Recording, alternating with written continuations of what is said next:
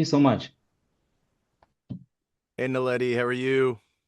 Hi, Christopher. Hi, Bryson. How you guys doing? Doing I'm well. good. I'm good. Nice to meet you. Thanks for having us. Nice to meet you. No, thank you guys for having me. So my first question, what was both of your first impressions of GACHIAKUTA as a series? I really loved the artwork, the character designs, the world building. My very first introduction to the series was actually our castmate Zeno Robinson, who plays Jabber, just hyping it up really hard whenever they announced there was going to be an anime for it. And so when the auditions came around, I read that first few chapters to help inform my audition. And like, yeah, instantly just fell in love with the art style, the storytelling, the characters as well.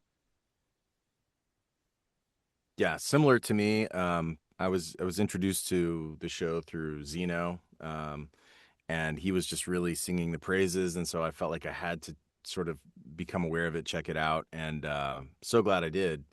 Um, Mm. yeah, I think the part that really stuck out to me was the character designs. Um, and once I started learning more about the power system, it just really captured my imagination and thinking about the idea of loving something so much that you actually imbue it with a power is just a really cool concept. And so it really it captured my attention for sure. Mhm. I find it really amazing that, both of you were introduced to the series and then went on to audition and land like such important roles. And that's actually my next question was, how did the both of you, obtain these roles? How did the audition process go for the both of you? I went to the store and I bought it. No, I'm just kidding. I It was on sale. I no we auditioned. I believe the auditions went out pretty early, honestly, for this series, and a lot of people got them. And we just put our, at least for my, in my case, I just tried my best to put my best foot forward. I had auditioned for both Rudo, and I also auditioned for Zonka just because I felt like they were both kind of in my range. And but I was definitely, I felt like I put a little bit of extra TLC into my Rudo audition, and I feel like that it seems like it showed enough for them to be like, yeah, we'll get that guy.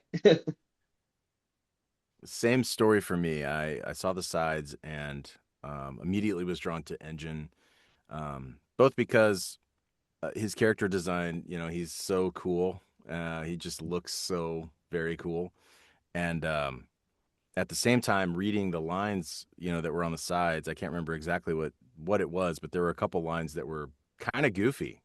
And so I felt really drawn to this idea of bringing him to life as this cool dude but who also is kind of just impulsive and goofy sometimes, and can be vulnerable that way. And so I tried to find that balance as best I could, and sometimes it works. So it worked this time. Mhm. So I have an individual question for the both of you. So I want to start with Bryson. Mhm. This is, going on with the characters that you play in other titles, but a lot of those characters tend to be a little bit brighter than Rudo. There's a lot of variety in terms of the kinds of characters that you do play. Mhm. But how did playing Rudo, challenge you as a voice actor?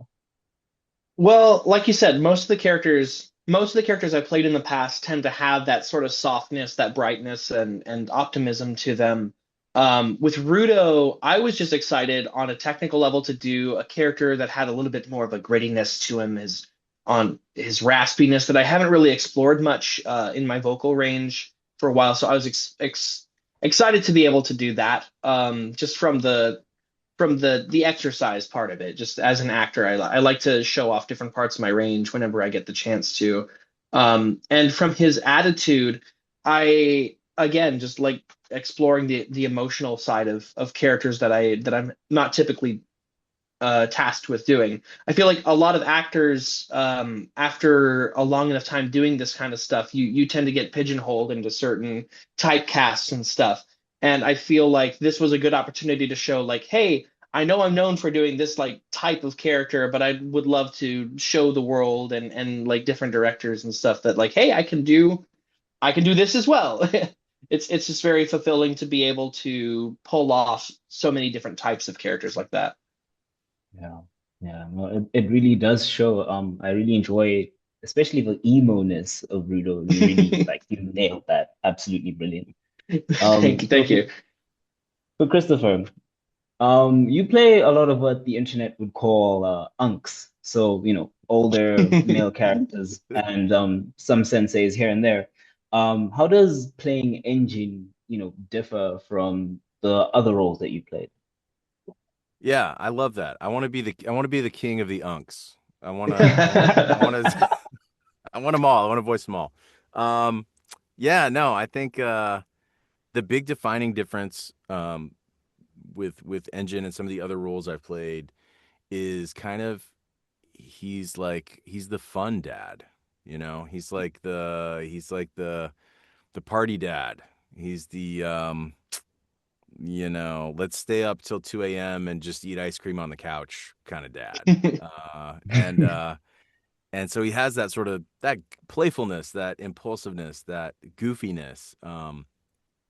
Everything he does, is in service of kind of a mission, and we're not 100% sure what all of that means yet. We know that, as the head of Akuta Cleaners, he's out here trying to get rid of the trash beasts. We know that for sure, and protect people from them. Um, but yeah, he's just has a love of life. I mean, he wants to party too. So and I love that. I just latch right onto that.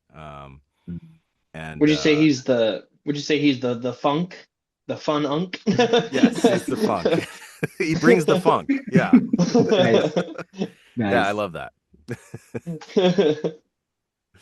Yeah, one of my favorite lines by Enjin is in the second episode where he's doing what they call aura farming, and Mhm. he's just destroyed the first trash beast that Rudo's encountered, and he takes off his mask and he's like, "Hi, I'm Enjin." Mhm. And then he starts like coughing up because it smells so bad and the air is literally toxic. And he's like, "You made me take off my mask," which, Yeah. Yeah. Yeah, right away he's pulling the rug out from under Rudo's feet, and it's such a great introduction because, yeah, on the one hand, here he is like basically screaming and yelling, and we don't really see Engine engage in that a whole lot. Like that's you can tell that's not where he wants to be. His character, he wants to be cool, composed, but he succumbs to the moment. He succumbs to the vibe of the moment, and I couldn't have asked for a better introduction for Engine in that second episode. It was incredible. Yeah. So one of the most unique aspects of the series is how it, twists the concept of a living object. So what did, the understanding of the premise, the power system, add or take away from the way that you would approach your voice acting performances? I would say it didn't affect too much just because I tend to go into every situation, every session for different anime pretty similarly. I just kind of watch the scene as it plays out, and I try to just get a feel for the energy of the scene with like having the music and the sound effects there to kind of guide that as well. We also preview with the original Japanese performances as well, and that kind of informs just like what kind of energy to come at the line with. I try not to like copycat everything. I just try to make sure that the performance I give still fits with that original vision. Um, I wouldn't say that the particulars of like the specifics of like how the power system works affects too much of that, but I don't know if that might be the same for Chris or not. No, I think I mostly agree. I'll just add that I do think it's really interesting the way that their jinkies seem to reveal a side to their character that isn't totally Mhm. obvious at first. And specifically with Rudo and the way that his hands have been damaged, we're not sure exactly how, but that the gloves kind of cover that up, and that I think from my perspective, I can sort of see how that is his vulnerability is covered up by these gloves. He's kind of Hmm. his vulnerability is kind of always out in the open, and he's trying to do a better job of covering it up, in the way that he is growing up. And same thing with Enjin, where it's like he's protective, and an umbrella is protecting you from the rain, from the elements. Hmm. um and so it's not necessarily informing my voice acting per se, but it is absolutely forming my fun dreaming about these characters, and like Yeah. my fun imagining of this world, and the way that the power system plays into it is instrumental to what makes this world building so cool to me. Hmm. Yeah. And I may have Um, misinterpreted the question a little bit. no, no, no. I think I I think think you I think are. Chris brought it back in a way that I agree with. I think that's the best way to put it. Yeah. Yeah. All good. Okay. I have one last question because we only have 2 minutes left. Sure. And I sourced this from a friend of mine, online. She's big on fashion, so she wanted to know basically, since clothing is such a big part of Gachiakuta and the character designs, we're talking about the characters and the jinkies. Um, how did the respective designs of your characters kind of affect or influence the way that you thought about approaching their voices? What did the aesthetics do for the performance? I think since Rudo is always wearing, at least at the start, he's wearing such like run down, downtrodden clothing. I think that kind of informs that idea of like, oh, he's had it rough. You can see just visibly on him that he's been going through it for a long time. He even mentions that he's been bullied and outcast since he was a child. And so like that, I think that is the baseline for my experience of that's the baseline for my decision to give him kind of that more like raspy, down on himself kind of feel to him, and just he, he's learned that when he's not shouting, he needs to be quiet and just kind of like people don't want to hear what I have to say because they're not listening anyway. That kind of stuff. Absolutely. Yes, I think same idea. Like Engine is cool, and he dresses like he just walked off of a movie set, kind of, to me. Like I don't think it's an accident. Like I think when I imagine, when Chris the actor imagine him getting himself ready, I don't think he spends a lot of time, but I do think that's part of his goal. Is he wants to look like he doesn't care about how he looks. I think he wants to look sort of effortless, but you can tell like a lot of effort and taste goes into, what he's wearing, and Mhm. the choices that he made for his full face mask, and with August, and so I think it's just very interesting. You learn so much about these characters in a world where there's so many mysteries that are yet to be revealed. You do end up learning a lot about these characters just at a glance, because their character designs Yeah. are so detailed. There's a lot to take in. And And I found myself in watching this show, like I'll pause. Sometimes I just pause stuff, and I'm like, what is going on here? Like there's a lot to dissect. And so as far as the character designs go, especially as we've met more cleaners, like there's sort of like Mhm. there's kind of different themes and vibes for some of the other cleaners that have now shown up, and getting to see those differences has been cool too. And yet through it all, the creator has created this unifying theme of like they have uniforms, Exactly. like Yeah. they do have a uniform, but within those uniforms they have so much flair and so much uniqueness that it really brings the characters to life.